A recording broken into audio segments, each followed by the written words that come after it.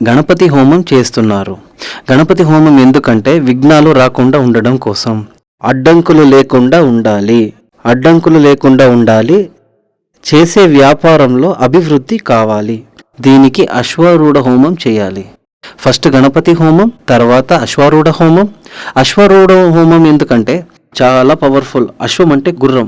చాలా పవర్ఫుల్ గా ముందుకెళుతూ ఉండాలి, ఏ అడ్డంకులు లేకుండా. అశ్వారూఢ హోమం చేసినప్పుడు చేసేటువంటి బిజినెస్ మొత్తం స్పీడ్ గా గంభీరంగా అభివృద్ధి చెందుతుంది. మన వ్యాపారం అభివృద్ధి అయితే చాలదు కదా, మనకి డబ్బులు రావాలి. ఓవర్ ఖర్చులు ఉండకూడదు. మన ఆదాయం కంటే ఖర్చు చాలా ఉండకూడదు. మన ఆదాయం కంటే ఖర్చులు ఎక్కువగా ఉంటే అప్పుల పాలవుతాం. అలా ఉండకూడదు. దానికి ధనవర్ష హోమం చేయాలి. గణపతి హోమం విఘ్నాలు ఉండకుండా ఉండడానికి, అశ్వరూఢ హోమం చేసేటువంటి వ్యాపారం అభివృద్ధి కోసం, ధనవర్షం డబ్బులు రావాలి, అప్పులు లేకుండా, చాలా ఖర్చులు రాకుండా డబ్బులు నిలవాలి. దీని తర్వాత